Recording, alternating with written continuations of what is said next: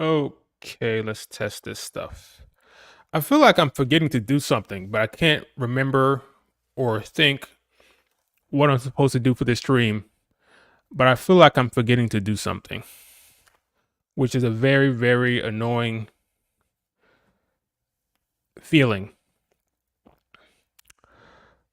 Testing, testing, 1, 2.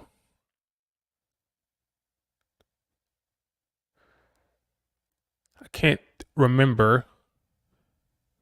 Hey, what's up, duelist? I can't remember what I'm supposed to do. I can't remember. I feel like I'm forgetting something and it's bothering the hell out of me, but whatever. We'll just start. We've already started the stream, so I mean, there's no going back now. Hey, what's up, guys? Oh boy, it's been a minute. What's up, Black Storm? Hello, hello, hello. What's up? Hello? Hey, how's it going? Oh boy, it's been a long morning, but I'm ready to go. I'm ready to talk about some stuff. It's been a minute. It's been a minute. Hey, what's up? More people coming here. Hey, what's up? Hi. Hello. Yo.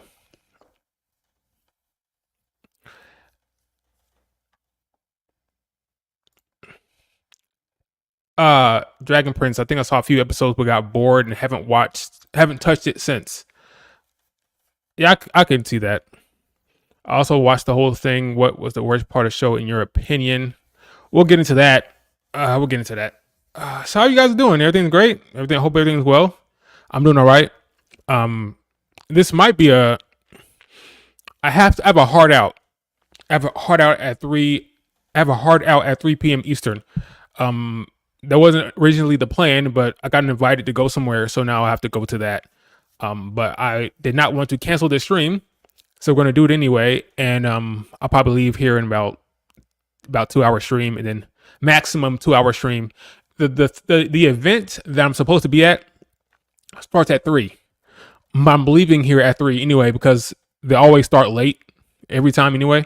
So I don't feel bad about not being on time because every time I do show up on time to this event that I'm going to, they're always late. So I'm not really worried about it. So, but we'll see. About to eat some lunch. Sounds good. You liked Dragon Prince at first, but then most recent season came out and this felt kind of off. Found it hard to finish.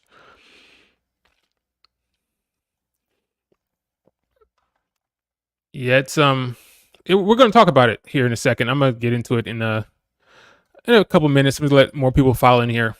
But yeah, I definitely why did I watch the show in its entirety? I don't know. Don't ask. I don't know why. This kind of happened. I think it was a comment I got. I can't remember the person who commented on my YouTube video. Something along the lines of, this show was actually good. Trust me. You're not giving it a fair chance. Why are you only reviewing the first episode? I'm like, chill. First of all, the series is I watch the first episode of a couple series and I do a review on the episode. So I was only supposed to watch the first episode and then tell you if I would continue. But this person left a long message, a long comment about the show. So you know what? I was bored at one point. So no, let me just watch the next episode. Then I started binging it. And then I couldn't watch anything else until I finished it. Because I don't like starting something and not finishing it. So I already got into like season 3. So no, let me just finish this entire series and then talk about it on YouTube. So I ended up taking my time and finishing it. And now I have thoughts. I was actually a fan of the show, so this would be interesting. Also, the worst part of the show is season 4 by a landslide. Yeah, it's season 4 was an interesting one for sure. All right, let's go ahead and start talking about this show. So I wanted to talk about. We'll see how much time I have. I wanted to talk about this. I wanted to do a live reaction to the Ruby Justice League Part 2 trailer, which I have not seen yet. And I wanted to talk about Ahsoka. But because I have a hard out, at 3 p.m. Eastern, less than 2 hours. I probably won't get to all that, so I might have to do another stream maybe tomorrow or later on this week. But we'll see. We'll see. All right, let's talk about the main topic of this video. The main topic of this video is the Dragon Prince. I almost forgot the name of the show. The Dragon Prince, right? So this show was actually written by, I didn't realize this until later on, but I'm happy I didn't know. This show, wonder which one I like better. We'll do this for now. This show was actually was created by the head writer on The Last Airbender. I did not know that. And I'm happy I did not know that, because if I had known that going in, that may have changed my opinion. I may have gone into the experience looking for certain things and maybe being more apologist for stuff, because I actually liked Avatar: Last Airbender is one of the best shows ever written, in my opinion. So I probably would have evaluated this show a little differently had I known that. So good thing I didn't know. So I looked at it with unbiased eyes completely. So this thing was written by Aaron, he was the head writer for Avatar: The Last Airbender. He created this thing. And a lot of people see this show as the successor to the Avatar: The Last Airbender because of this guy. Because he was the head writer on The Last Airbender, they figure, okay, this guy is bringing his talents to this show, and therefore this show will be the successor to that show, and it'll have the same kind of vibe, and it'll be just as good. That's kind of like the vibe I get online from this show, but I didn't have that going into it. So I finished the entire show before knowing that. Okay, that's good. So here's my problem. Let me just get down to the issue I have with this show. I have 3 problems with this show. The dialogue, and I'll get specific on what I mean by when I say the dialogue. The nonsensical time jump that happens in between 3 and 4. By 3 and 4, I mean season 3 and 4. That time jump was a big problem I had. And I feel like after season 3, the story is kind of dragging, and they have these side stories that are kind of not that relevant or interesting, and it's kind of taking a lot of the focus. And it feels like almost like dragging the show along. Like there's like these 3 season arcs. We're in the second arc, and they're trying to like drag the story to get it to season 6 to finish the arc. And it feels like it's kind of unnecessary, but we'll get into that. So those are like the overall problems I have, but I'm gonna dive into some of the positives. So let me talk about the positives. I think let me see if I have this set up here. So the positive, okay. When Ezran is at the forefront of the storytelling and the dialogue, I think the show is at its strongest. I think the writing for this character is actually good. Would I recommend this show? I'll get to that. I'll get to it. I'll get to that. I'm not sure how we'll see. I may determine the answer to that question during this stream. So, where was I? All right. So Ezran, when the writing for Ezran, when he's at the forefront of the show, is actually solid. I like his arc and his progression. Goes from a kid who just loves jelly-filled pastries to stepping up as a freaking king, and his character work I think is good. I like he's a strong character. He has courage of his convictions. He has to step up as a king. He has to decide whether he wants to follow in his father's footsteps or do something different, pave his own path. And I think they do a good job with this. He has some Aang vibes to him as well that I notice. And I just think overall, in terms of his approach to being a king and the struggle he has to endure in that journey, all that works fine. His moral compass he has his head on straight. He doesn't really bow down to anyone, any other influences that are trying to pressure him. He stands firm in his beliefs, in his ideas, and I like that. in the writing, whenever he's at the forefront of it, whether it's talking to the dragons, whether it's talking to the other members of the council or the other kingdoms, the kings and of the kingdoms, I think he does good. He's strong. The scenes are strong. He's not. I have no problems with him at all. Ezran, I think when he's at the forefront, the show's good. Well, it's better than everything else. Basically, that's what I'm saying. It's better than everything else. What else I have to say about Ezran? He has a speech in season 3 about this vicious cycle of hatred. Well, that's season 4. Basically, all his speeches and all his dialogue, I think, are strong. They all work. So I don't have much of a problem with Ezran. I think they do a good job with him, his character development and his growth and stepping up as a king. All that's great. So that's one positive. Ezran, I think he's good. I also, let me see how many slides I have about Ezran. Yeah, this is the last, basically the last scene of Ezran right now. He got the prison of Aaravos in his hands, so that he has a solid character growth and all that stuff. I like Ezran. Another thing I like in this show, we're sticking to the positives, is the political intrigue. And that's involves Ezran, so he's wrapped into that, right? When he has to step up as king, and he has to bear those responsibilities, and he had to decide he had to pardon Claudia and Soren. He had to decide if he wants to go to war against Zadia, and he stands firm in his beliefs. And all that political intrigue with Viren, I think all that's good. Political intrigue works well because it's usually, when done well, it works well to grab your attention because it's like a chess game, right? It's a game of politics. It's kind of like what makes Game of Thrones interesting, right?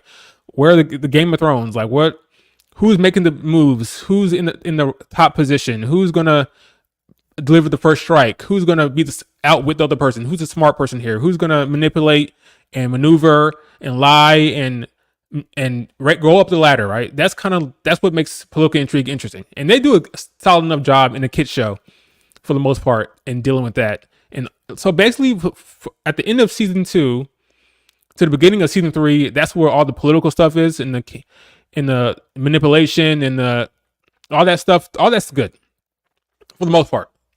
So they handle political intrigue pretty well. From everywhere from Ezra stepping up as king, from Viren, this guy right here to the left of the screen, getting arrested, him trying to weasel his way back into power, him manipulating and tricking Ezran into giving up his title as king. All that stuff is solid. I think they do a good job there. What else here about? I got my notes here to the right of me. What else? Yeah, so that's good. I don't have much of a problem with that.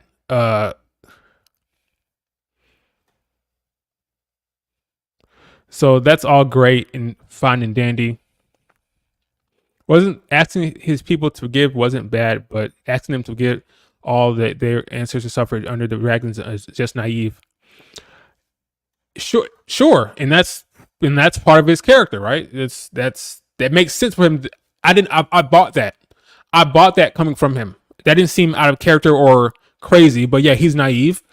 He thought that he could just come there and say, "Yeah, let's all embrace peace and put hatred aside," and he thought he could get that off, and it didn't work. Actually, I mean, it worked to a certain degree, but yeah, there are people who don't rock with that, and they weren't going to let this kid push that narrative. So, you know what? We're going to go behind your back, and we're going to figure out how to oust you from power. And that's kind of what happened, right? But yeah, he's a naive kid, but I like the character. The character makes sense, and scenes were strong.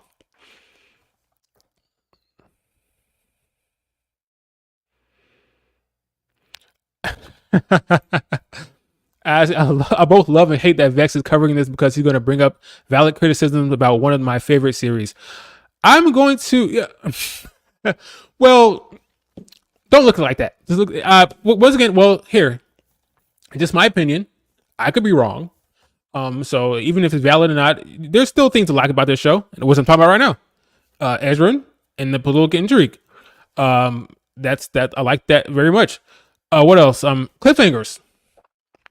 They do a good job with cliffhangers. When the show ends, they end it in a way that makes you want to watch the next episode, which is just smart. There's been plenty of times when I was watching the show, binge watching it, and the last scene ends in a way that, oh, okay, I want to watch how that wraps up now. I want to watch the next episode.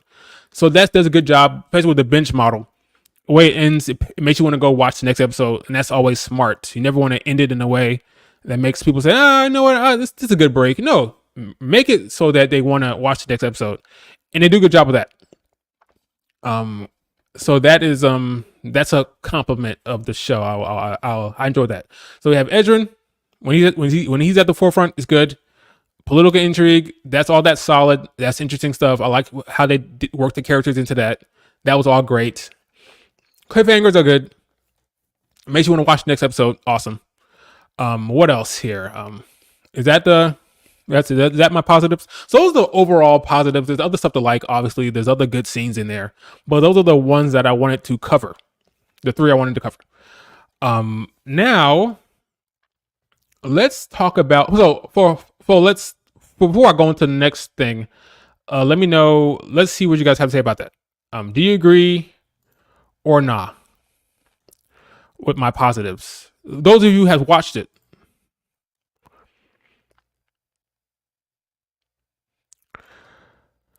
I think that's what I think is a really strong point about the show.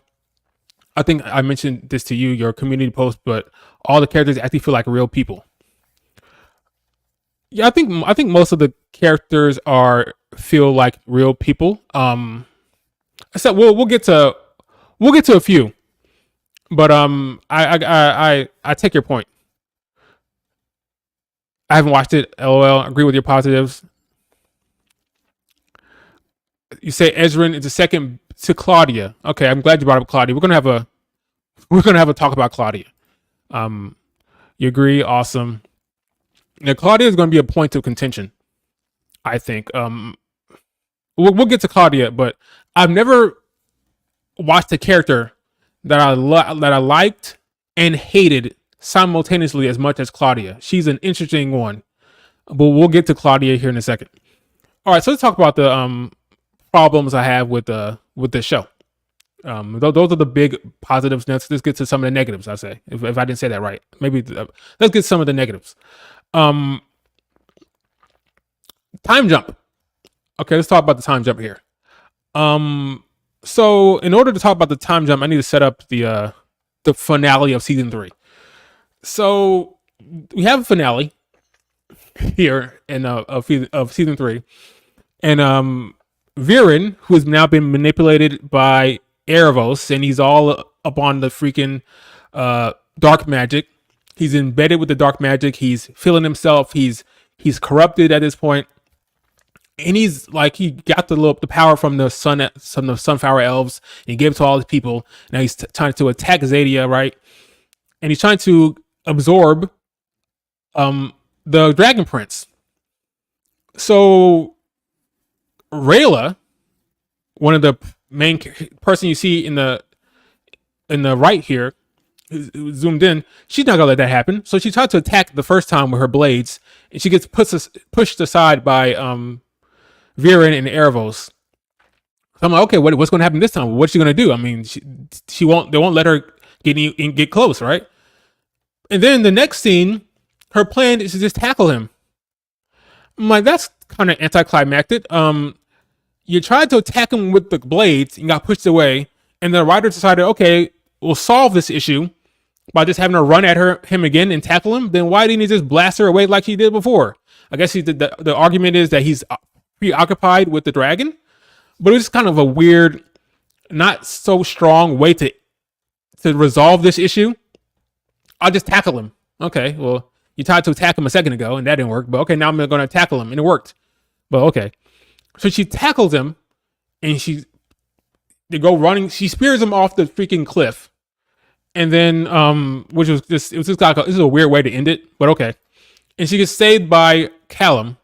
All right, guys, Callum, you saved me, great. And Viren goes falling to his death, supposedly. That's what some of them believe. He goes falling, and she's saved by her boyfriend here, who's basically her boyfriend, Callum. Okay, not the strongest ending. I thought it was kind of lame, but whatever. Um, they need an excuse for Callum to Callum. I keep saying Callum. I keep getting Callum. I think it's Callum. Callum. They needed an excuse for Callum to jump for his sky magic. Yeah, I do have a problem with the sequence. Yeah, it was yeah,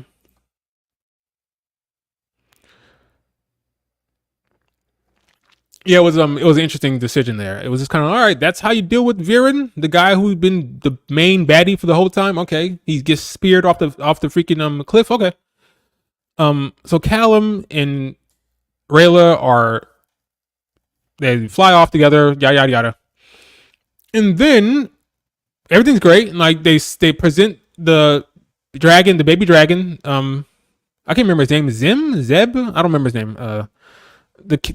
The dragon prince. They present him to the mama dragon and like, oh, everything's great. Thank you for bringing my baby back, and everything's great. And they end on the high, right? And then we find out that Viren survived by way of Claudia. So then we pick up with season 4, and we find out that there's been a 2-year time jump. There's been a 2-year time jump.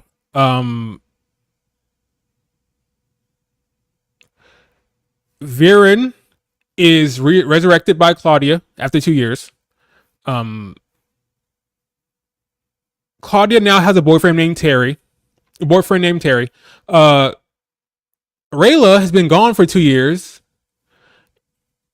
and she never came back, and she's been away for the entire time. And I'm like, what? This is the most pointless, nonsensical time jump I've ever witnessed in a show. I don't know what the purpose of this time jump was. You have a situation where Rayla's been gone, so she loves Callum.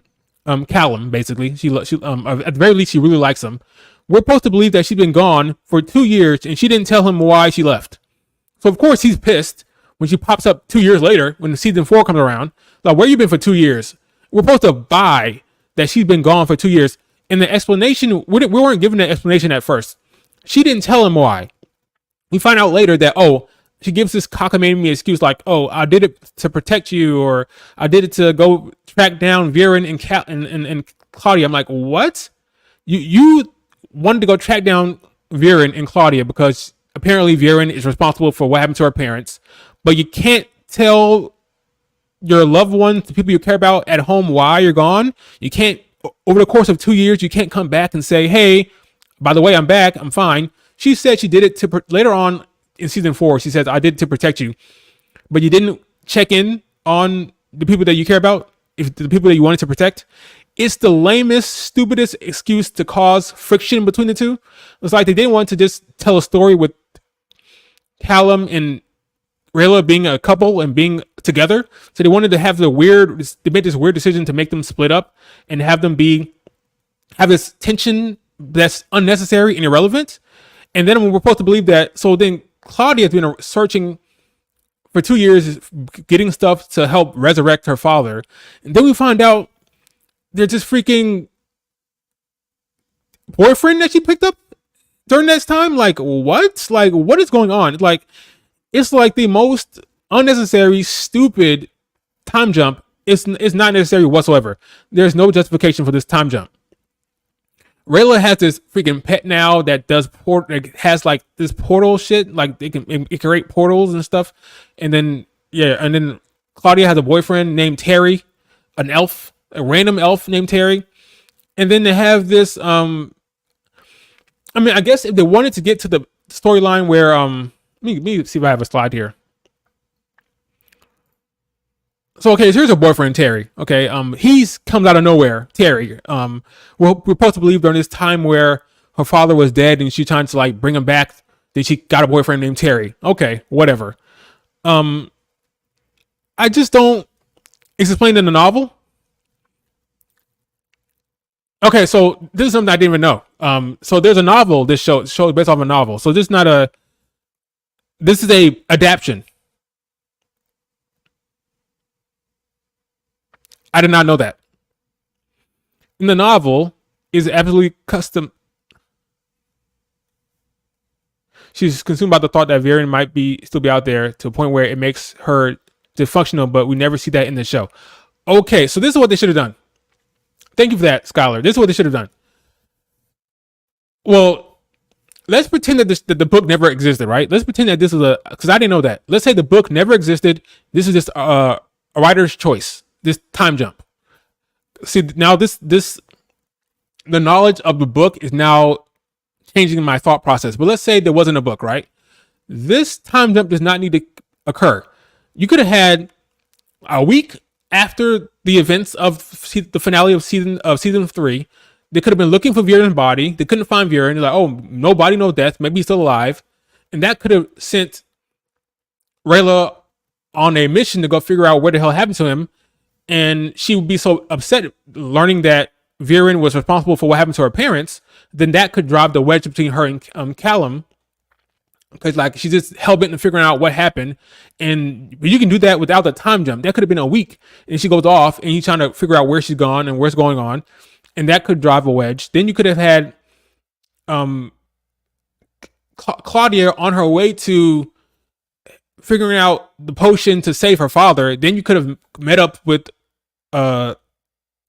Terry along the way. Terry could have been someone they ran into, and that could have blossomed the relationship in that moment. The only thing I can think about is the Queen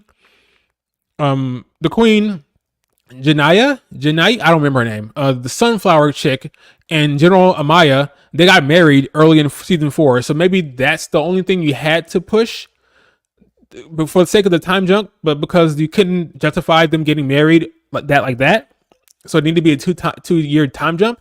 But besides that, none of this needed to work. And for the sake of this show, the time jump was a disservice.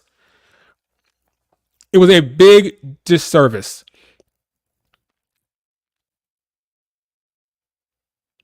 Yes, I agree. Yes. Supplemental material should not be required reading to enjoy a show. This time jump, maybe with the context of a book, it worked well, but correct. Yes. Supplemental reading should not be mandatory. And I didn't even know the damn book was existed. And I guarantee you a lot of people don't. So this whole time jump thing just took me out of it completely for a second. Like, why this? And once I watched the season 4, I came to the realization that I don't think this time jump was really necessary. But again, I didn't know the book even existed. So this time jump really annoyed me.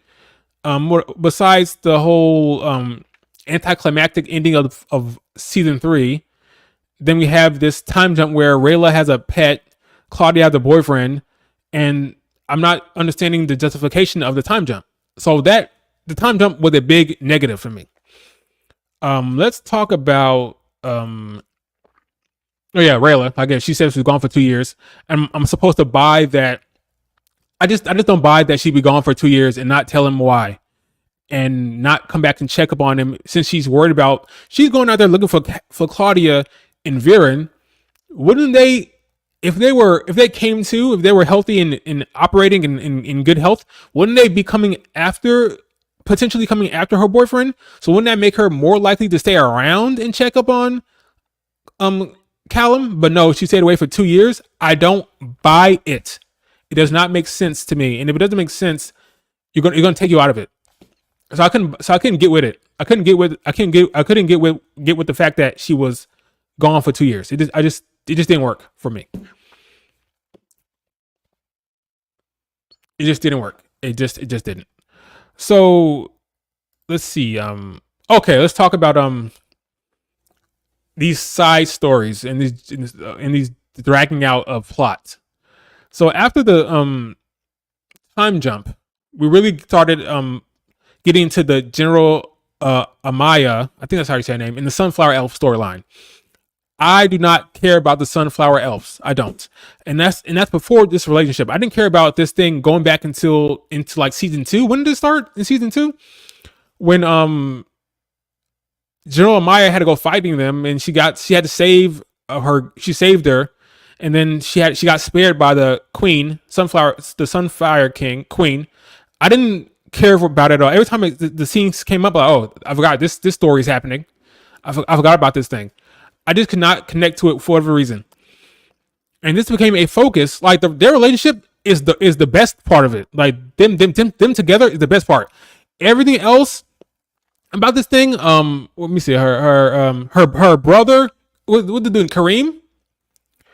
I don't care about Kareem. I think that's his name. I'm guessing that's his name. I can't remember. I don't care about Kareem. I don't care about the Sunflower folks. I don't care about the storyline whatsoever. I'm guessing they're going to wrap it back up into the main storyline eventually, probably next season. Aaravos will use that to his advantage and wrap it back into the story. But I do not care about the Sunflower elves in this storyline whatsoever. I'm like, I just can't connect to it. I don't know why.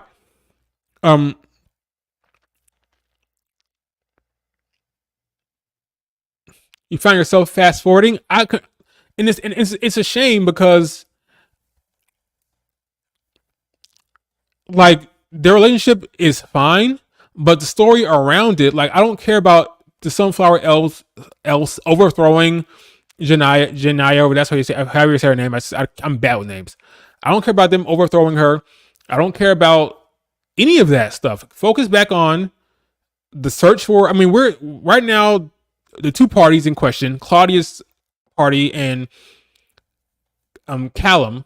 They're all heading toward the freaking prison, wherever Aaravos is kept. That's where they're heading. But meanwhile, we're getting this side story. I'm like, it doesn't feel connected. And when you're getting Kareem in his beliefs and his all this nonsense, you just don't care. So they're trying to make it relevant. I'm like, okay, they're probably gonna wrap it up. They're probably gonna wrap it into the main story some point, like maybe next season. But season 4, season 5 did not click for me. Every time this stuff came up, I'm like, oh my god, here we go again. I kept forgetting, like, oh yeah, this storyline. Oh yeah, I forgot about the storyline. Oh yeah, this thing is still happening, and I could never really connect to the story. I found myself not remembering what happened in the story. I had to go back, like, wait, what's happening? Why is this happening? Oh yeah, I forgot. I wasn't paying attention. I guess I just glossed over it so many times. It just was not compelling to me. No matter what, it just never clicked. It has to, right? It has to, right? I was confused at first in season 4, but it seems the story of the Sunflower Elves will tie into it has to. If it doesn't, it's a crime, right? If it doesn't, it has to at some point. I get that, but the journey to it tying in just was not working. So I'm like, I don't know what to even. I just didn't buy it. Oh, and thanks for the super chat, by the way, Lord Sinister. I appreciate it. Yeah, I just didn't like buy that conclude. It just didn't work for me. So the whole time this storyline is happening, I'm like, okay, here we go, and it just didn't work. So that's another negative. I feel like they're dragging the story along, especially when it comes to Claudia and Terry. So in season 4, episode 1, we find out that old freaking Viren needs to go. They need to go unlock or break out Aaravos to freaking keep Viren alive, because he has a 30-day clock. After 30 days, the spell that she used to bring him back will die off, and he will die. Right, so they have to go bring out Aaravos in order for Aaravos to come up with a spell to then save Viren. And we find out later what Viren has to do and all that stuff. But yeah, the main journey for Claudia and her crew is get her father to wherever the hell Aaravos is, so Aaravos can save him once they break him out. Right, we find out in season 4, beginning of season 4.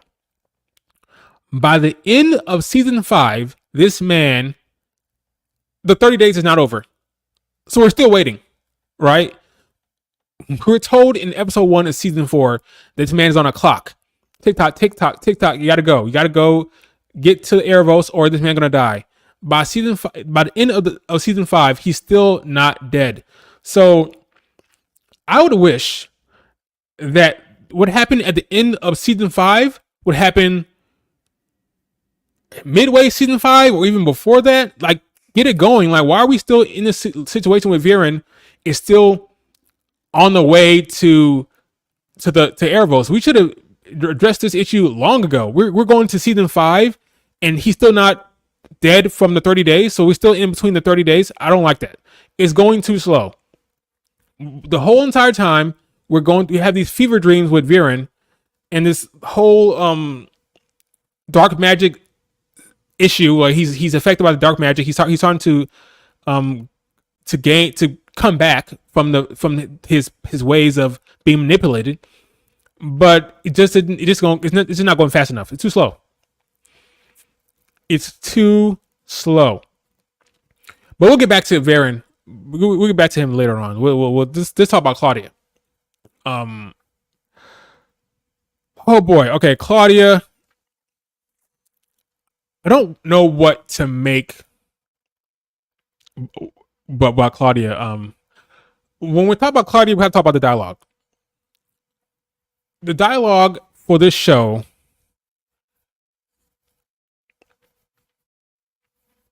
especially when it comes to Claudia, does not work for me. The jokes and the comedy in the show is cringe. It is cringe. I don't know who they're writing these jokes for. I'm guessing they're writing the joke for like 5-year-olds. Some of these jokes are simply not funny and they're made for like 4-year-olds and it's not executed well. Let me give you an example. I think it's in season 4 or season 5. Ezran says something about his duty. Oh yeah, it's part of my duty, right? And what's the dude name? Corin, that's the name. Corin makes you said duty, ha ha ha. That should have been the end of it. Should have said she should have said the word duty, and Corin said ha ha duty. That'd be the end of it. But the joke keeps going. Like, oh, you said duty, huh? Don't you think that's funny? You said duty. You said duty again. Ha ha. It's funny, right? Duty. Oh yeah, it's funny. Duty. They don't know how to write comedy in this show, and it's bad and it's cringe. They don't know how to tell a joke and just cut it off, but they had to keep dragging it. They keep going. Got to keep going. That's example, the duty joke. Claudia, her lines and her comedy are cringe. Soren, not Corin. Soren. Claudia's jokes are cringe. Her comedy is cringe. It is not good. It's not. I'm sorry. It's not. I appreciate her character growth. I appreciate the character. I appreciate her starting off as this person who kind of cares. She cares about Ezran and Callum. She's upset when she finds out that her father might be a awful human being, and she almost doesn't want to believe it. And Aaravos even tells Viren, if you tell her the truth, you might lose her. So she has a moral compass at the beginning of the show, and she has development. She's a dynamic character. As time goes on, she changes. She gets more and more. She uses the dark magic more and more. She becomes more corrupted. And by the time we're in the end of the season 5, she's borderline like she's enjoying it. She's evil almost. They're still giving her some complexity. They're still giving her a bit of a moral compass. Like we see that when she gives the coins to what's her face, Rayla. When she gives her parents' coins to Rayla, she didn't have to do that, but she got guilted into it by her boyfriend Terry. What she call him? Terror Bear. Yeah. Claudia. She's a character that I want to like. I do, but her dialogue does not work for me whatsoever.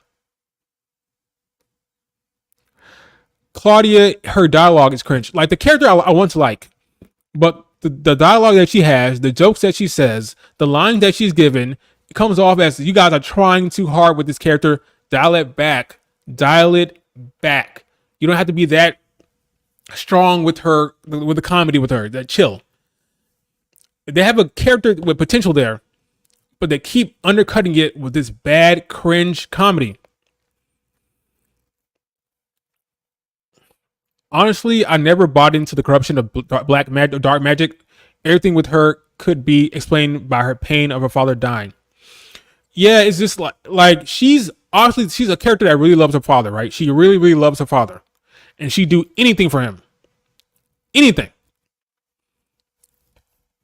And she's a character that has the development. So whereas her father, it starts off as power hungry, but very, very, very much about. He believes he's doing what's right.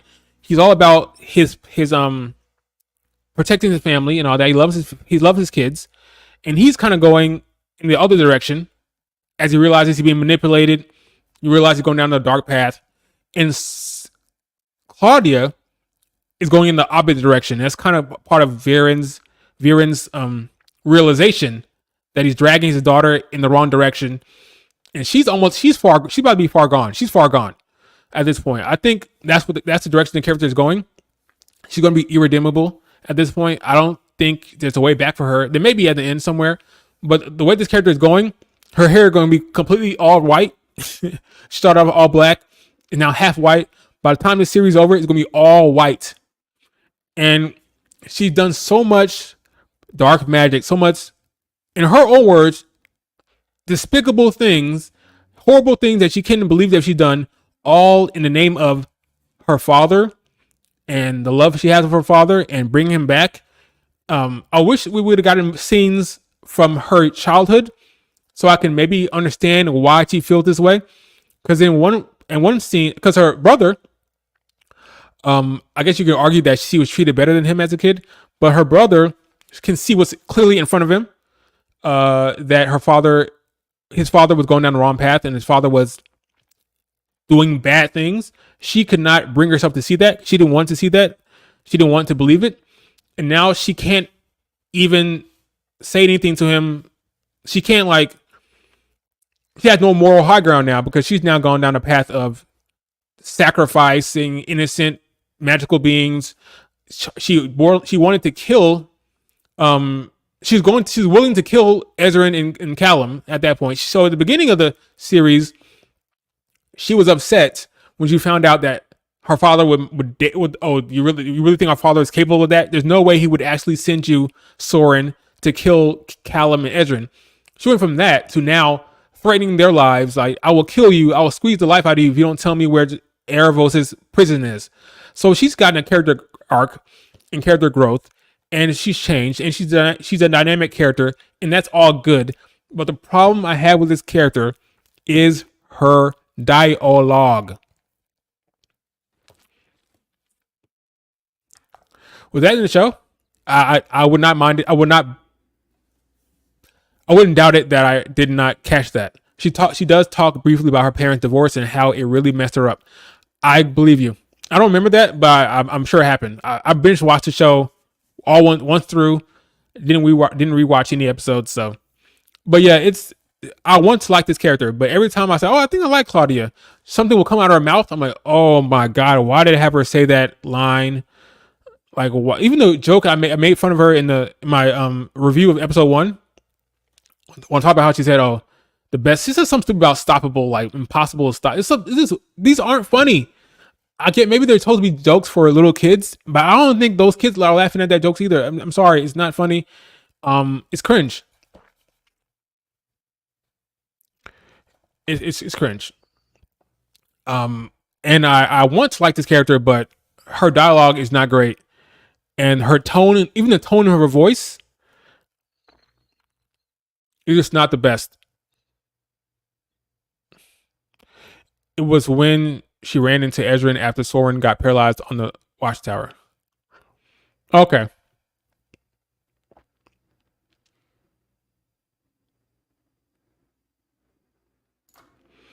She talked about her parents' divorce. She went with her dad because Soren chose to stay with Viren instead of the mom.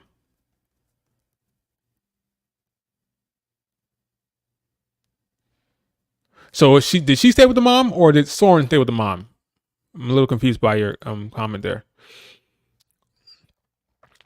Yeah, so that's the biggest problem I have with Claudia, man. It's just I get she loves her father, she'd do anything for him, and she's now like there's no going back for her in that regard. She lost a leg, so now she's gonna be even more pissed off and resentful and bitter.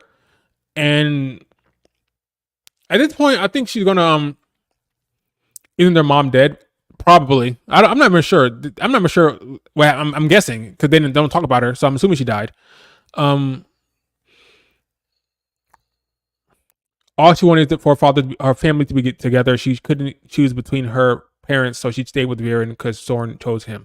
Oh, okay, okay, gotcha.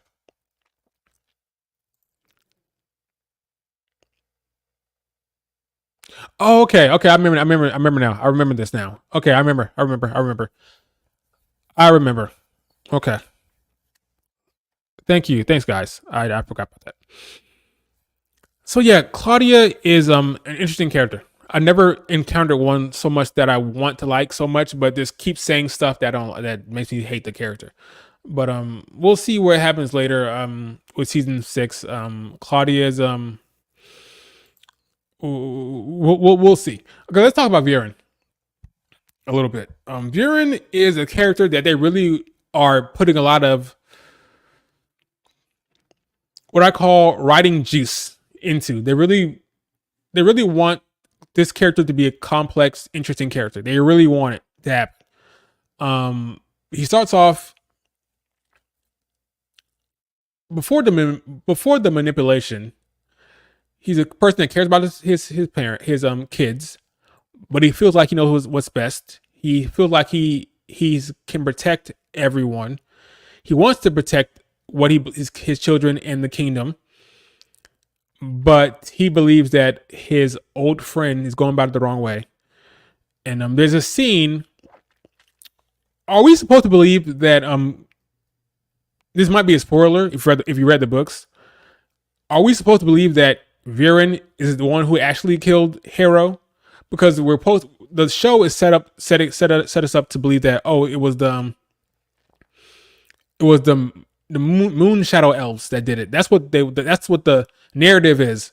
But I'm more inclined to believe that he probably did it because that's kind of the vibe I'm getting. That Viren killed Harrow and he used the attack of the moon shadow elves attack to cover it up because it happened at the perfect time. So all right, I'll kill you now and we'll blame it on the moon shadow elves. But I'm guessing that's what probably happened. Viren is probably responsible for Harrow's death. I'm guessing. If that's a spoiler, don't tell me. But I'm guessing that what happened though.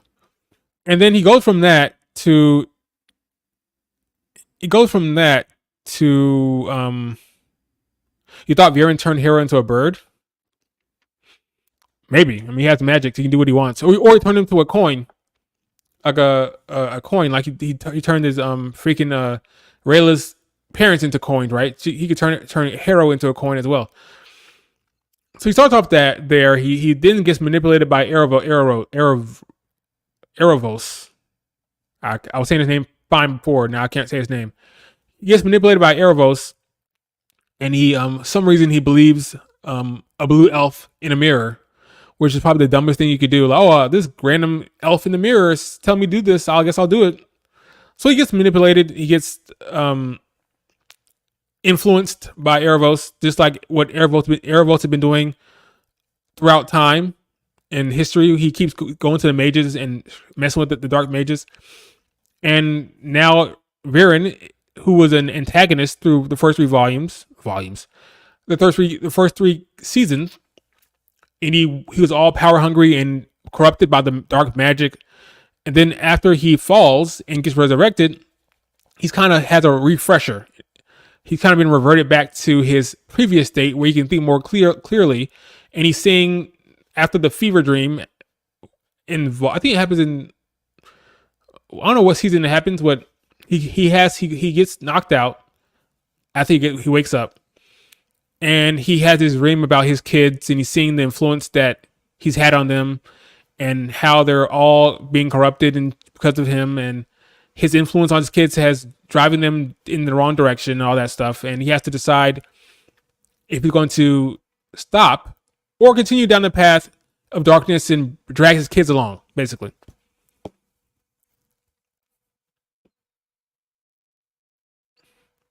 So Harrow is dead, lol. I believe Aaravos because the other rulers didn't want to go to war with Zadia. Yeah, once she tried to reject him at first But once all the other rulers said we're not going to war, he went back to him and used his influence to in his power to create the shadow. I forgot the name of the elves he created, but he sent he caused an attack. All the other kingdoms got attacked by because of Aaravos and Viren. So he caused the attack and he blamed it on Zadia. No, this is why Zadia is bad. You know, Zadia attacked us, so we have to go into war, but it really wasn't Zadia. It was actually Viren. So that's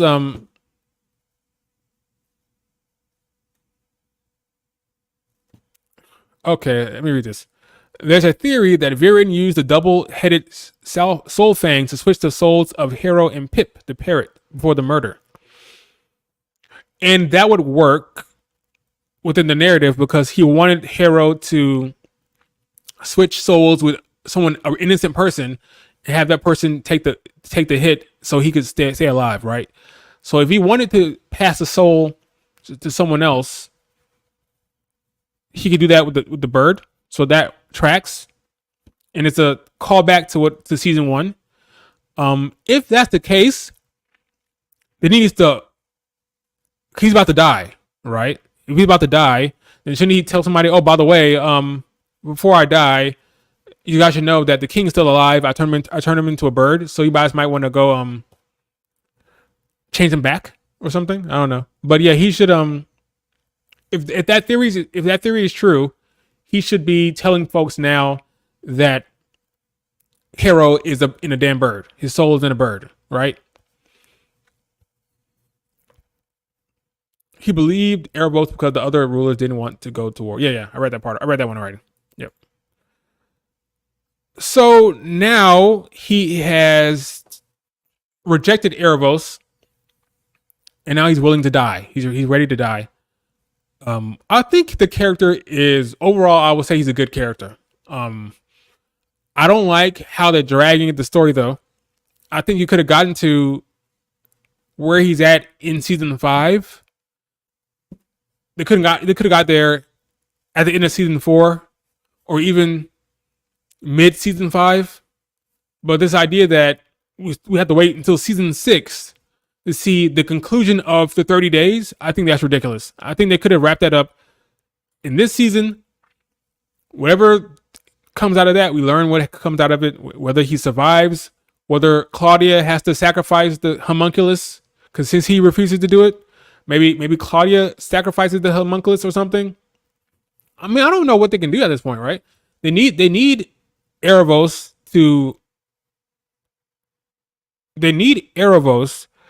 to keep Viren alive. So because they don't have they can't break him out because they don't have the prison, there's nothing Claudia can do, right? I'm sure I don't think he's gonna die, so they're gonna figure out something. The writers will do something, but I don't understand what can be done because Aaravos cannot be unlocked because they don't have the prison. So how is Aaravos going to be out to then save Viren because it's nighttime? He says when the sun rises, he won't. So he has like a few hours left to live. So what the hell they're going to do? Claudia's going to do something. We'll find out what it is, but I don't know what she can do because even if she sacrifices the homunculus, Viren is in the damn, not Viren, but Aaravos is in the damn prison. So what can he do?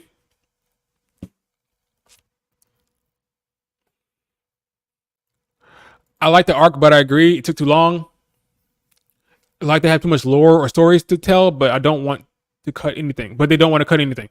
Yeah, I don't know what, because I didn't read the book, so I don't know what the plan is or what could have been cut. But I feel like it took too long.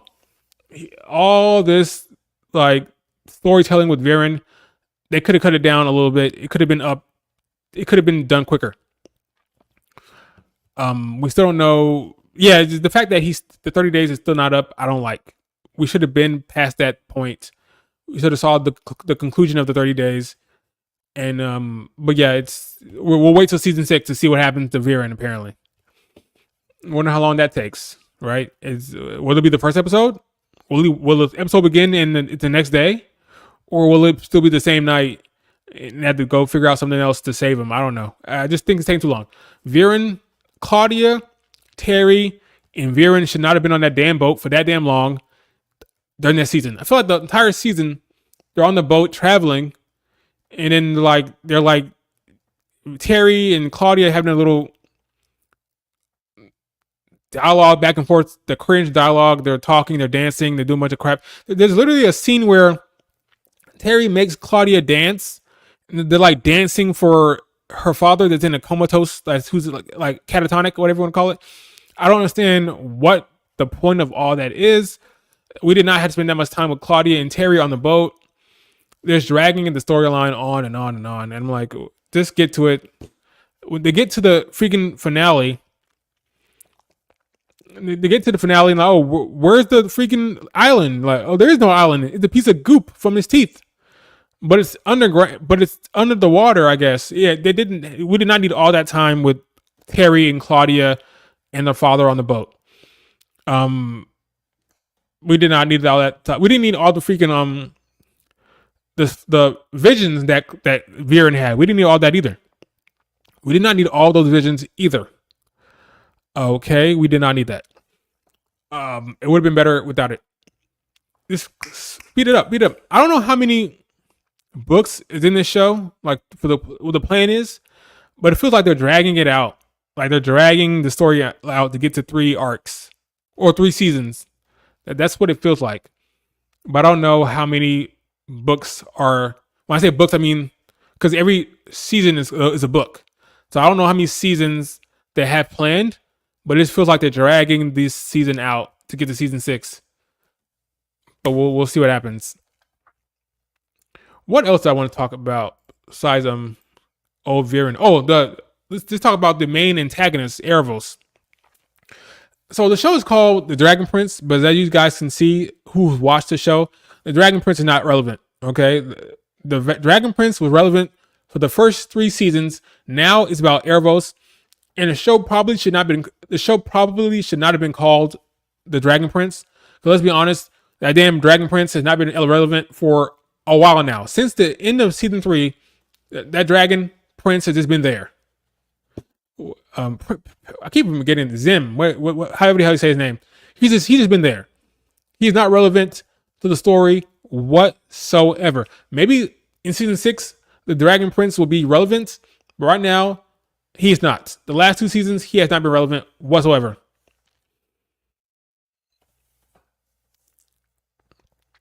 Yeah, just like Ruby. Ruby should not have been called. Ruby should have been called Remnant. They should have called Ruby Remnant. And this show should not have been called the Dragon Prince because the Dragon Prince is not relevant for 2 whole seasons. So you have Aaravos here. He's the main antagonist. He wants to get out. He's a son of a bitch, right? He's we found out at the end of season 5 that he freaking, what did he do? He freaking swallowed, whatever that means. He swallowed, interesting choice of words. He swallowed the queen sunflower elf. He swallowed her up. So he had no problem. I'm guessing he just meant absorbing. People thought they actually meant he's a carnivore. Or I cut up the elf and I ate it. No, I'm guessing he absorbed her essence with dark magic or whatever. He absorbed her into his being. I'm assuming. So that's what this guy's all about. He's a star. What is it called? He's a star something elf. I don't remember what it is. It's a star something elf. Do I have it written down somewhere? Let's see. What is it? What is the freaking star touched elf? That's what it is, right? Yeah, I think that's what it is. A star touched elf. I think so. Star touched. Yep, I was right. Thank you. A star touched elf. And he's the big bad. So Viren was not the big bad, of course. It was this guy. And I don't know how I feel about this character. He's definitely he's gonna get out. I would sincerely hope he gets out. Because if he doesn't, then what the hell are we doing here? He seems OP as hell. So I don't really know what they're gonna do if he gets out. Uh, it looks like Callum will be the one who I think Viren's probably gonna die soon here, probably. And he's gonna start manipulating Claudia and then Callum. He's gonna start playing them both on the chessboard. I think Callum has a lot to say about like the whatever happens to Callum as a character. Aaravos will have a lot to say about it. I think Aaravos is going to have a lot to say about what happens with him. Whether Callum becomes completely corrupted, because he already what word am I looking for? He already possessed him before. I think that's going to happen again. I think he's going to be able to manipulate and control Callum eventually. Probably in order to get out. That's what's going to happen. In order to break out of the prison, he'll have to control and manipulate and take over Callum's body, and then use that as a tool to get him out. I think that's what's going to happen.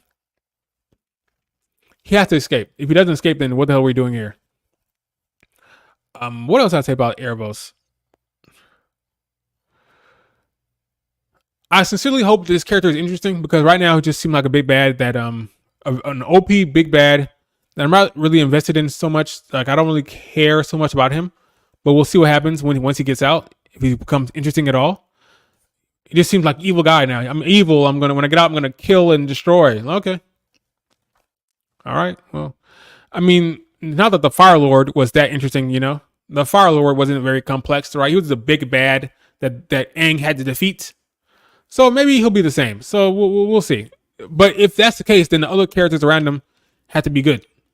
The Fire Lord did not have to be that good in the Avatar, because we had Azula, we had Aang, we had Zuko, we had Uncle Iroh, we had great characters around him. So the main big bad did not have to be that intriguing or compelling or interesting. So if they can keep other characters interesting, then they don't really need that much complexity from old Aaravos here. Salem. I actually think Salem is more interesting than, as of right now, as bad as the writing has been for Salem, I think Salem is more compelling than Aaravos right now. Right now, Aaravos is just the big bad that who's bad. I don't really know much more about that. We'll see if he has anything interesting to offer here. We'll see. Let me take this off. We'll see. So Salem. Callum will probably be the one to probably. That's probably where it's going. I don't see. Maybe with the assistance of Claudia, maybe Claudia will have a redemption arc at the very end, and before Claudia goes out, it'll be a team up of Claudia and Callum taking on this guy. In order for Callum to take this dude down, I would have to see a big power up from Callum. So some type of because right now I feel this guy's OP, so I don't really know who's going to take him out. According to Aaravos, Claudia is way stronger than Callum, but he could be his he could be off with that, right? Maybe Callum is way stronger. That's kind of how it works, right? With animation and storytelling, like the main, I wouldn't even say he's the main protagonist. One of the protagonists, like Callum, will have this unlocked potential. It's this potential that people can't see, and he'll get it out of nowhere, and he'll maybe be another time jump. Another 2-year time jump where he gets strong out of nowhere, We know that Aaravos had a secret hand and influence of thousands of years until he was prisoned. Yep. I wish we knew more about him. Yeah, I do wish we knew more about him as well. But that's all we really have about old Aaravos here. Another picture of him. So I wonder what else. Because I'm gonna go through my notes and see if there's anything that I forgot to say. Okay, season 4. I kind of wrote some notes starting at season 4. Here's a question. Let's go back to freaking Claudia here.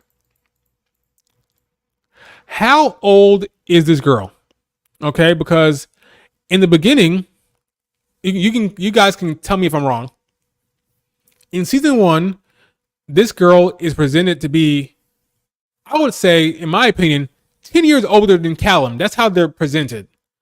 But then in season 2, there was almost a smoochy smooch between Callum and Claudia. They almost kissed. So I'm like, what? That threw me off. Like, what? How old is Claudia in the show? So it's a 2-year time jump. So how old is she when the show begins? And how old is Callum? Someone tell me that. How old is Callum when the show begins? And how old is Claudia when the show begins? 18. Oh, Claudia is 18 years old in season 5. And how old is Callum? 18. 18 years old, huh? Let me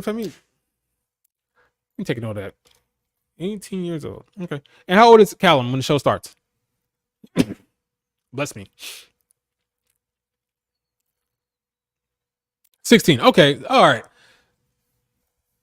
For me, the way that the characters are depicted, I feel like a bigger time jump. I feel like there's a bigger age gap between the two. The way Callum comes across as like 14, 13 to me, and Claudia came across like 23, 24, 25.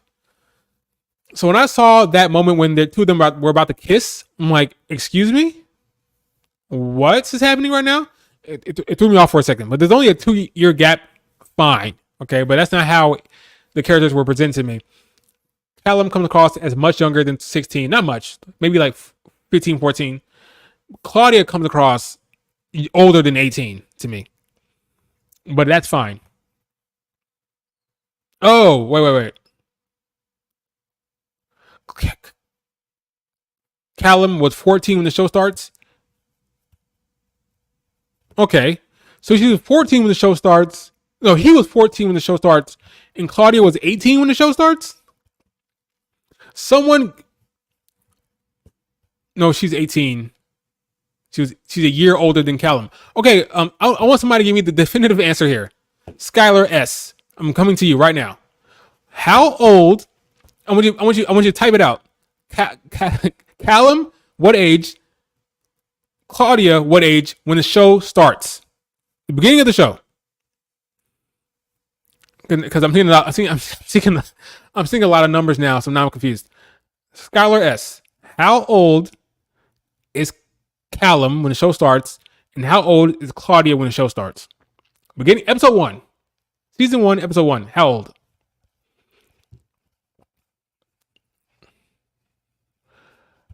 Matter of fact, let me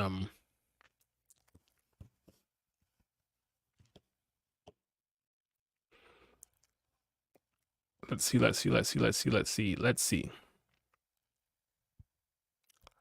Skylar S.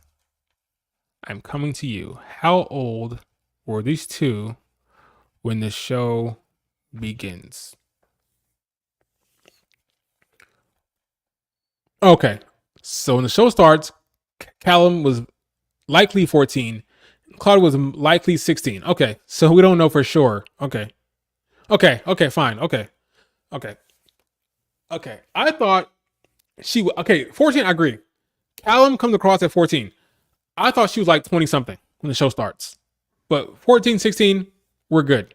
So now they're about 18. She's about 18, 19. And he's about 16, 17. Okay. That's fine. According to the wiki, but there could be errors. Okay. That's fine. Okay, that's one question I had. I thought it was weird at first, but okay, cool. That makes sense. Okay, let's see. Let's look at my notes here. What do I have to say? I think that a theme of this show is what would you do for the ones you love? Clearly, as a West, that's one of the big themes here. Love and what will you do for the ones that you care about.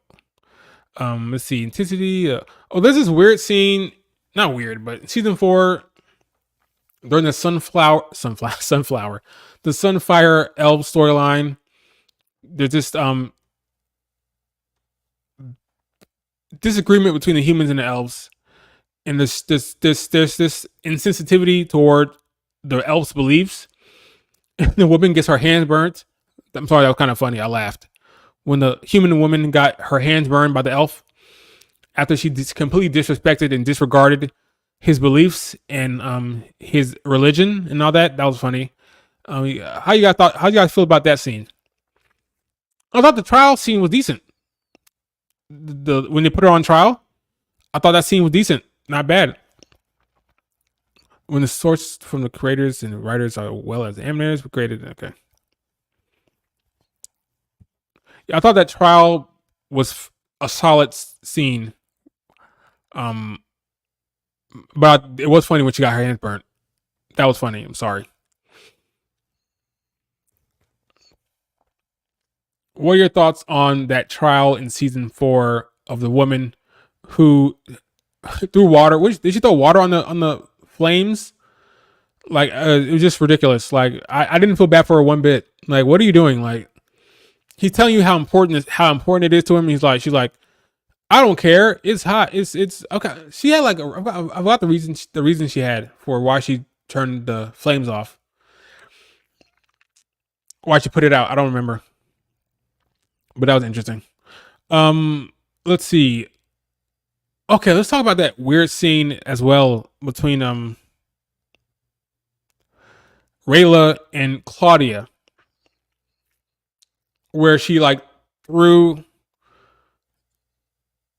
the village could have burnt down. I think that's what the reason was. Okay, yeah. There couldn't have been some type of compromise. Like okay, understand that. How about this? It did not need to escalate that to that point. She was wrong. She was 100% in the wrong.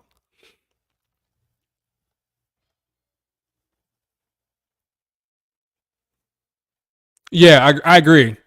I almost didn't buy it. Like this seemed kind of forced.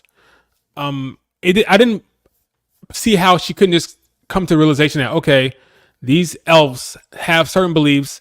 Maybe we come to some type of compromise or this accommodate the situation somehow. She's like, no, we had to put it out now. Screw your. He's like pleading with her, like, look, this is a situation.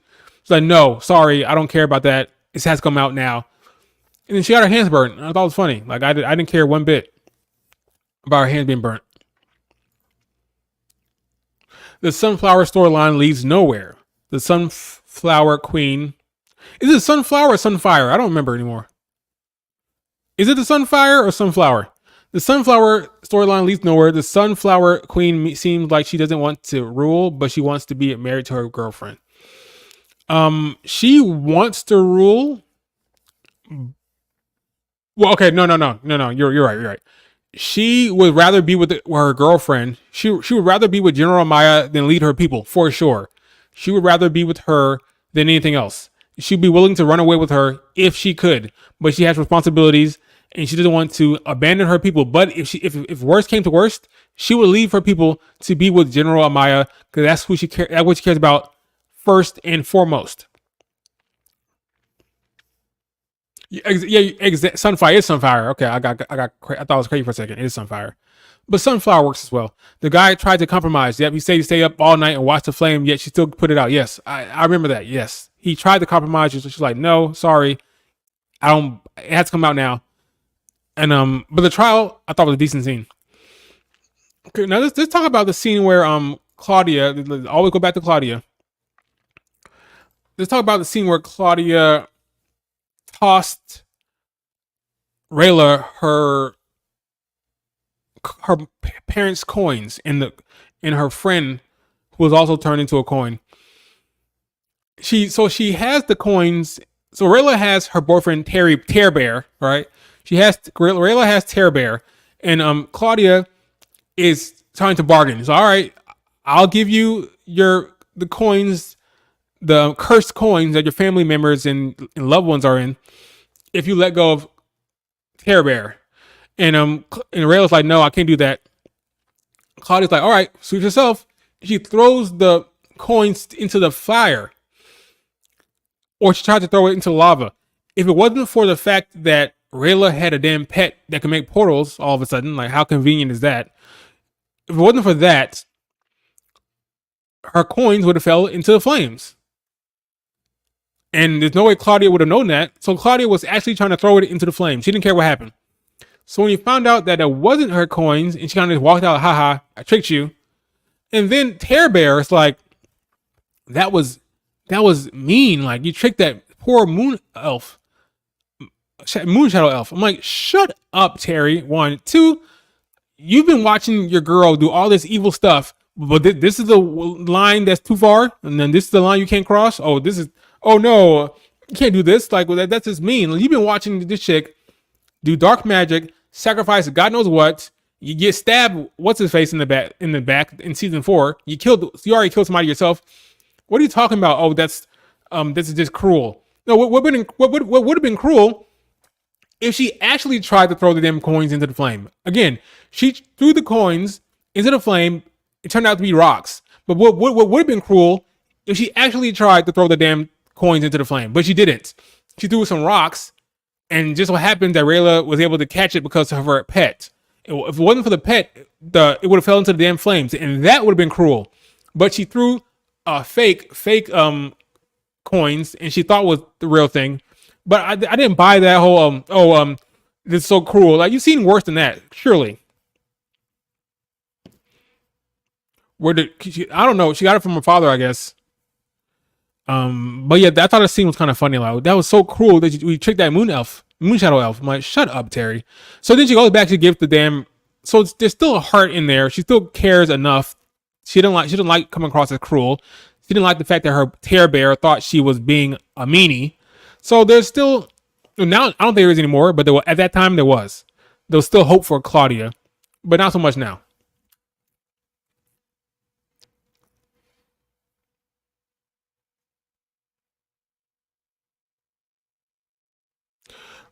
See, this is stuff. This is context that this is stuff that I did not pick up on. He's trans. That's news to me. Like, where was I supposed to pick up on that context clues? I did not catch up on those context clues at all. I feel like Terry has intense loyalty to Claudia because it's heavily coded that she's used black magic or dark magic, whatever it is, to change his sex because he's trans. I did not catch up on that at all. I did not notice that at all. She was acting like a Karen and thought that no one would punish her.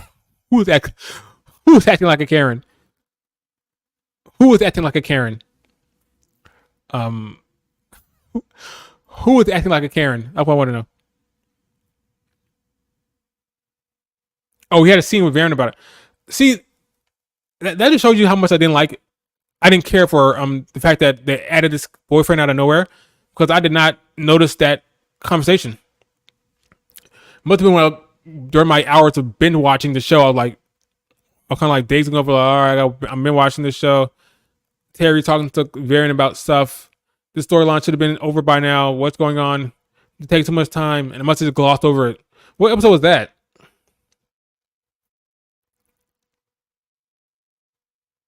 Oh, I didn't catch that line. I did not catch it. I did not catch it whatsoever. Well, that changes some things. I did not know that. Thanks for letting me know that.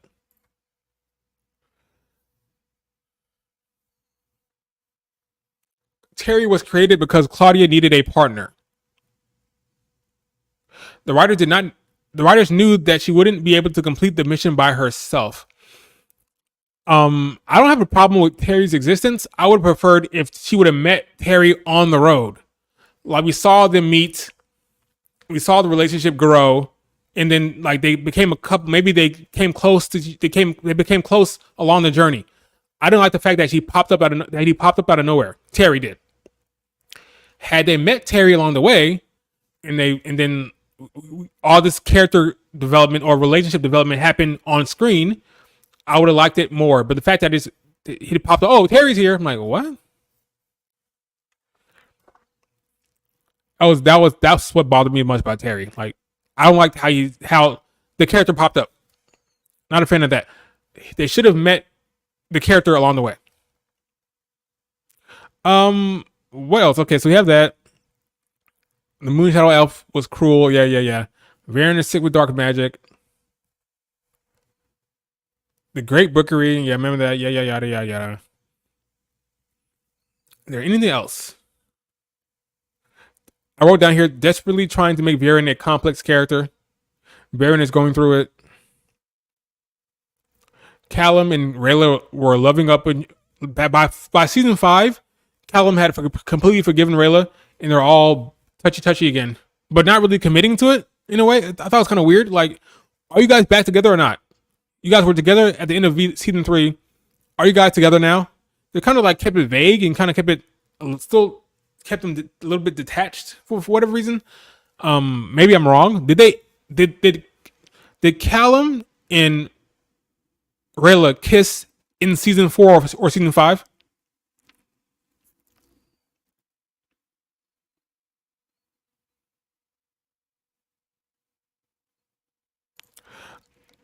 Agreed.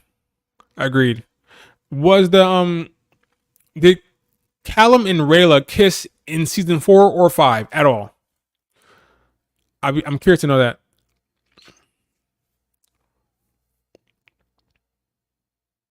Yeah, I know that. I know they kissed. They kissed a couple times in season 3, more than once in season 3. But did they kiss at all in season 4 or 5? They kissed a bunch of times in season 3, a bunch, or at least like I want to say 3 or 4 times. They kissed at the very end. They kissed when she thought she was going to sacrifice herself. And he yelled at her. He got mad at her. She kissed him. He kissed. They both kissed each other at first. Then they had 2 more kisses after that.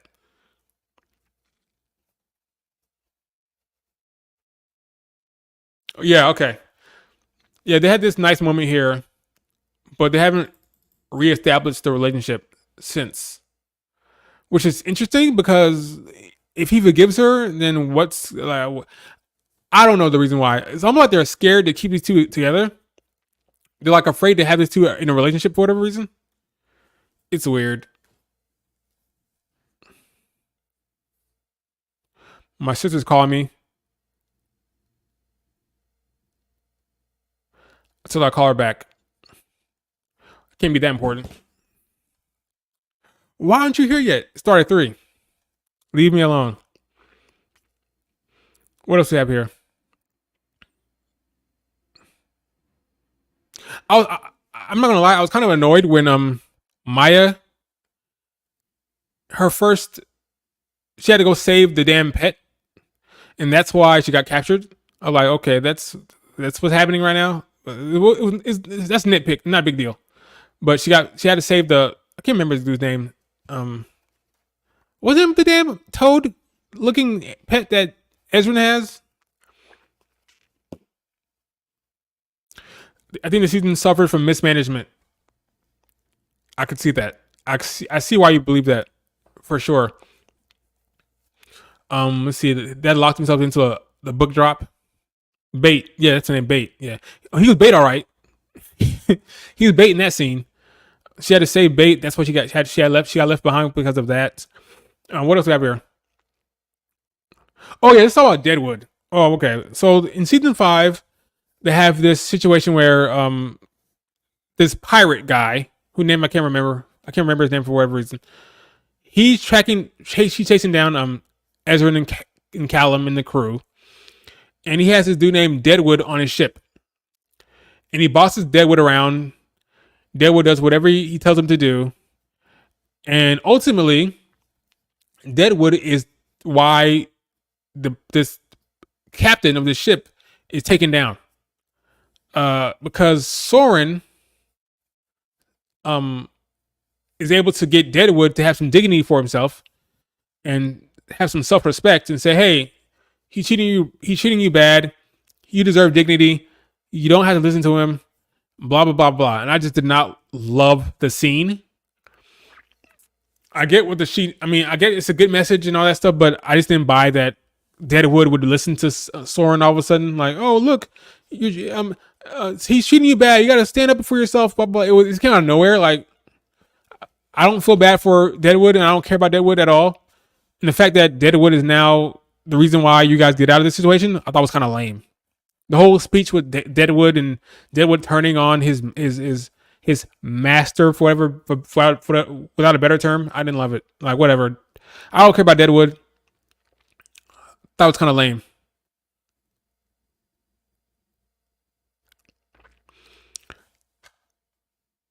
Thank you, Lord Sinister, for the super chat. Terry is the pinky to Claudia's brain. He'll be there regardless because the writers know Claudia can't complete her mission solo. Well, they need. Yeah, he'll be around there. He's not going anywhere. As long as Claudia wants him around, Terry will be in the show. And now that I know that he's trans, if that's the case, he's definitely not going anywhere. He'll be around. He's not in any danger of dying. They don't want that smoke. They're not going to kill off a trans character, so they'll be around for a while.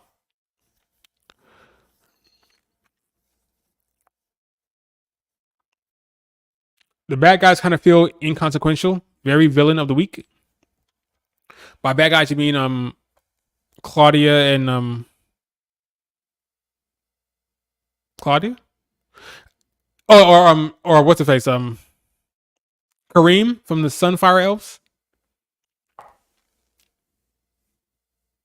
Okay, not it's heavily implied, but not confirmed. Gotcha. Thank you. Imagine Claudia using Terry as a sacrifice to bring her father back. Like I said, if the fans believe that Terry is trans, there's no going back. They can't kill that character off. Especially not sacrifice. Can you believe it? Now she might sacrifice the damn homunculus, but I think Terry's safe. I think Terry is going to be safe. What else I have here? Yeah, besides Deadwood, yeah, that's about it. I don't really care for Deadwood writing. That was a weird way to get out of the situation. Callum had to use dark magic to get out of the his predicament when he was captured by the pirate, the captain. So yeah, he's now on the way to being once you do it once, you do it again. The next time will be easier. The next time will be easier. The next time will be easier. He's going to be full on dark magic using by the end of the series for sure. Then he'll have to come back from that because he'll see how bad Claudia has become with it. He won't want to follow down the path of Claudia, so he'll have to come up with still have to find a way to pull him back. But he's definitely going to be using dark magic a lot more going forward, I'm sure. I kind of like the idea that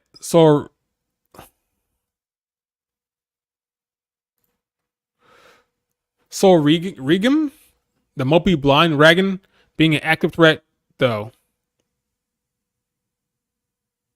Kareem allied himself with him in season 5. Yeah, I think they're going to, now that they have the stone, they're going to bring back his eyes, and he will be a threat going forward. So now the Sunfire elves will have a nuke on their side, for better term. They have a big, powerful weapon that they can use to.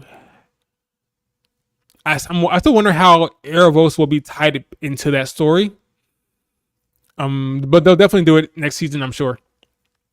So that's really all I had to say about good old the Dragon Prince. Overall, the show is okay. There's some things that I like. The dialogue just does not hit often. The comedy is not strong. The time jump was nonsensical to me. But there's stuff to like Ezran and some character. There's some thought that went into character growth and character development, like Claudia and Viren and Ezran. The big bad, don't care too much about him. Again, the dialogue is just not great. Would I recommend the show? Boy, that's an interesting question. That's a tough one. I don't know. I would tell folks that liked stuff like Ruby, stuff like Avatar, people who like animation. I tell them to give it a whirl.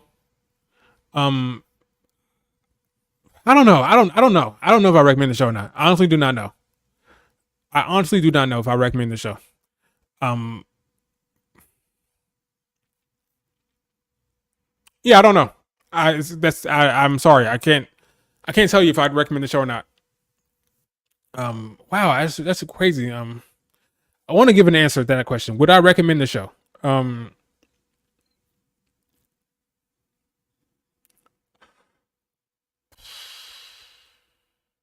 I think I would if the show was moving at at a better pace than it is right now. I think it's going too a little too slow for me.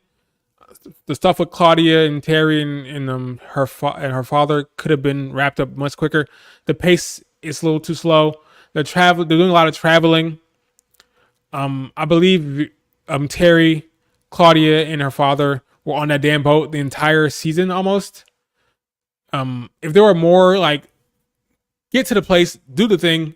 Like one thing I liked about the last Airbender is that they would travel a lot, but they'd get to the place, have the episode, have the events, have the story, and then to get back on Appa and head off. Claudia and her crew were on that damn boat for a long time. And it's almost like they didn't have anything for them. The focus of season 5 needed to be the Sunfire folks and Callum's crew. So they sacrificed Claudia's story and her father's story while they're traveling. They gave him all the visions and all the dreams and the nightmares and all that stuff. And I just don't think it worked very well. I think season 4, season 5 were not the best.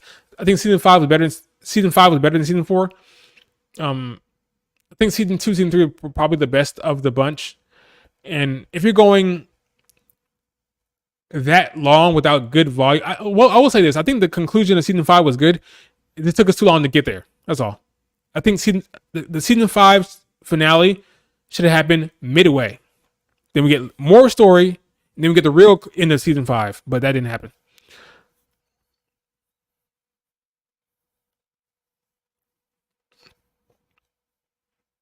Ezran talking, Ezran taking those tadpoles was stupid. I don't remember that scene. I feel like I remember the tadpoles, but I don't remember what happened. Ezran taking those tadpoles was stupid. What? Oh yeah. Okay, yeah. Okay. The reason why they got in trouble, the reason why they freaking was chased in season 5 because he took those damn tadpoles. You're right. Yeah. Was it stupid? Sure. If the primary concern is the goal of the mission at hand, then yes, it's stupid. But was it in character? Yes. Yeah, he stole the baby baits. Yeah. Um, it makes sense for the character, but for the goal of the mission, it was dumb. Yes, focus on the mission. But it makes sense for why he would do that.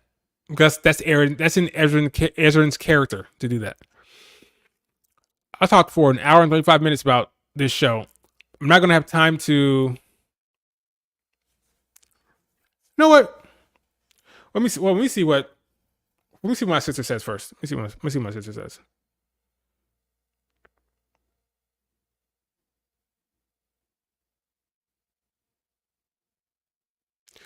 What time will you get here? LOL. Um. All right. To avoid my sister being mad at me, I will wrap up the stream now. I won't wait any longer. Um. Thanks, guys, for tuning in, for catching the stream. It was a waste of time, but yeah, there was no way that Ezran would have left him to be eaten. Yeah. I will do another stream maybe tomorrow. I want to talk about I want to talk a little bit about Ahsoka. I want to talk a little bit about that. I want to do that a live watch of the trailer. I still have not seen the Ruby Justice League Part 2 trailer. I want to watch it live and talk about it in real time. So you see my live reaction to that thing. I probably won't put it on screen because I don't want any smoke from Rooster Teeth. But I'll watch it. I have it on one screen. Have my StreamYards on another screen. I'll watch it, react to it in real time, and then we can look at it and see what's going on with that freaking trailer. I also want to talk about Ahsoka. I might talk about my my adventure with Superman. I have not watched all that season yet, but I'm almost done with it. So we may talk about my adventures with Superman tomorrow as well. I don't know yet. But thanks for the convo. I appreciate you guys. Um what's let's see. Thanks for the convo. Appreciate how interactive you are, but I normally don't have a lot to say. Maybe. Okay, gotcha. No problem. Thanks, Scholar S. You've been great. Appreciate you. All right, guys. Let me call my sister back because she's yelling at me via text, and I don't want to get on her bad side. So I'll talk to you guys later. Peace. Maybe tomorrow. Maybe tomorrow. Stream tomorrow. Maybe. Or Tuesday. Maybe. We'll see. Tomorrow. Maybe. I don't know. Bye.